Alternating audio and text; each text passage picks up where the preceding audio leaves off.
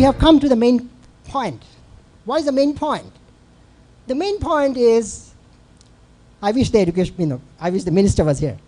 The main point is, how should policymakers respond to this? That is all good. Okay, we now know what is the problem. What is the solution? So I will be again provocative, and I've got David and I've got Professor here. So I will sort of question the narrative that you need to start at the top to fix this problem of future-proofing your labor force. That higher education is the magic bullet to deliver solutions for IR4. But it's not just higher education. So, people are talking about after education schemes like reskilling, upskilling, once children have left the education system. Okay? There is also talk about vocational education, as the Honorable Minister pointed out. Some countries are even thinking of introducing dual track education, where general education can be combined with technical education. And if you're looking for an example of government response, Malaysia is where you can find some responses. And what the government has in place is a higher education blueprint to future-proof the labor force, where the government is trying to deliver 9 future-proof skill sets and 3 attributes, which are focused on lifelong learners, multiple intelligence, and computational thinking. So my question to you is this. Is this the optimum response to deal with the challenges of IR4? Is this how we can save us in the battle between human capital and machines? Is investment in higher education going to help us win the race between man and machines? And my short answer is no. Now, I know this is a very provocative statement, and because we have a panel discussion, I wanted to provoke my fellow participants, and I wanted to also disrupt your thinking of how to tackle IR4. So how do I come to this conclusion? This conclusion has been supported by evidence gathered by psychologists, economists, based on 2 decades of work. What they've done is to use that evidence to come up with new insights on the technology of skill production. So only if we get the technology of skill production right, we can then use skills and education to deal with the challenges of new technologies in the era of IR4. So the question is this: what is this technology of skill formation that I'm talking about? And that takes me to the second last slide of my talk. At the heart of this technology of skill formation is the idea that skills production is stage specific.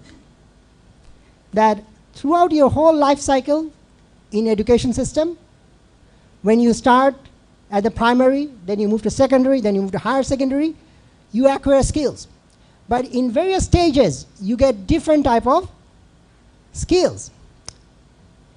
So the skills that you get, the inputs into the skills production system at different stages of the childhood are complements, they are not substitutes. That's where the complication arises. So what does it mean? If you have missed an input or a skill in one stage of skill production, you cannot fully make up for it by investing heavily at a later stage. And it is because skills production is defined by 2 attributes. One is self-productivity, another is complementarity. What is this idea of self-productivity in skill production?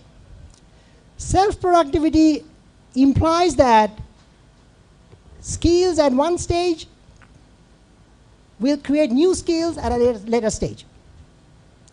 So skills produce skills. So that is the first feature. The second feature is complementarity. School skills acquired at one stage increases productivity of skills acquired at a later stage. So these two features put together leads to what we call skills multipliers. Now, this again might be too confusing for some of you, so let me give you an example. Think of new economic skills. What are those? Being analytical, having interpersonal skills. Economists and psychologists have a new term for this. It's called non-cognitive skills. So when we talk about digital skills, it is a cognitive skill. When we talk about numeracy, literacy, it's a cognitive skill. So in the cycle of skill production, when do you build cognitive skills? When do you build non-cognitive skills? What is the interdependence? So according to the framework of skills development, non-cognitive skills are best acquired before you enter school, in early childhood.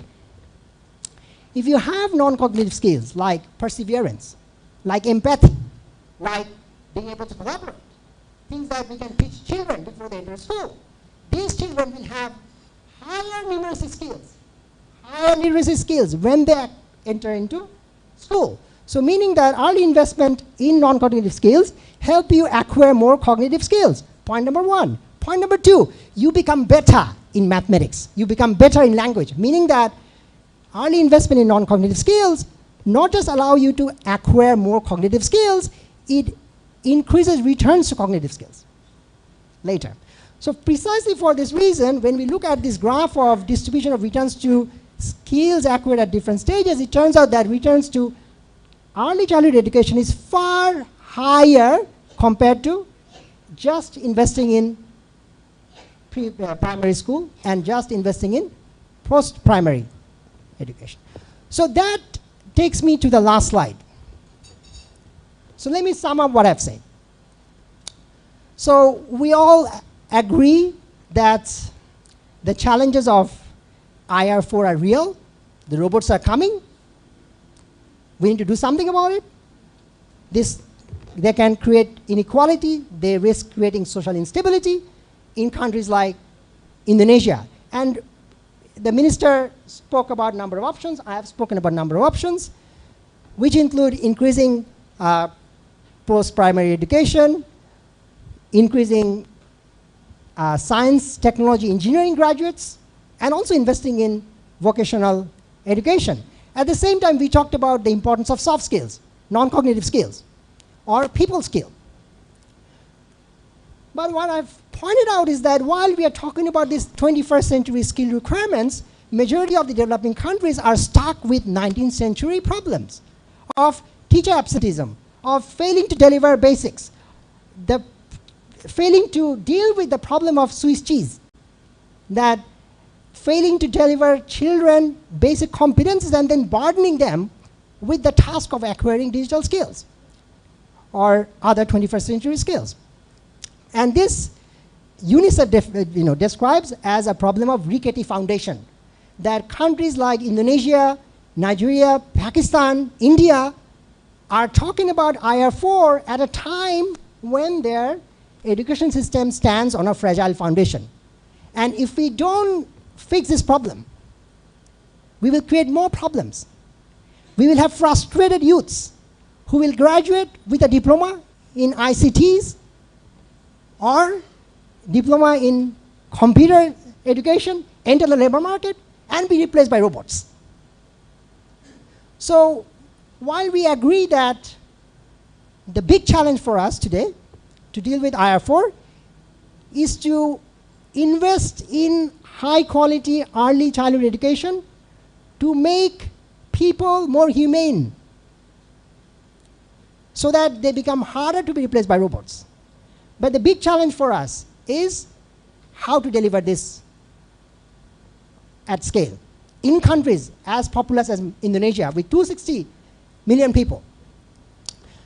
If we fail to solve this problem, if we fail to overcome our rickety foundation in education, we will fail ourselves in meeting the SDG targets of ensuring equality, ensuring jobs, ending poverty by 2030. And we will also therefore fail in the race between man and machine. Okay? So one example I would use to sum up my point, which is that I have to thank the organizer for inviting the Batawi dancers. And when they were performing that exotic dance, and I was thinking about their future.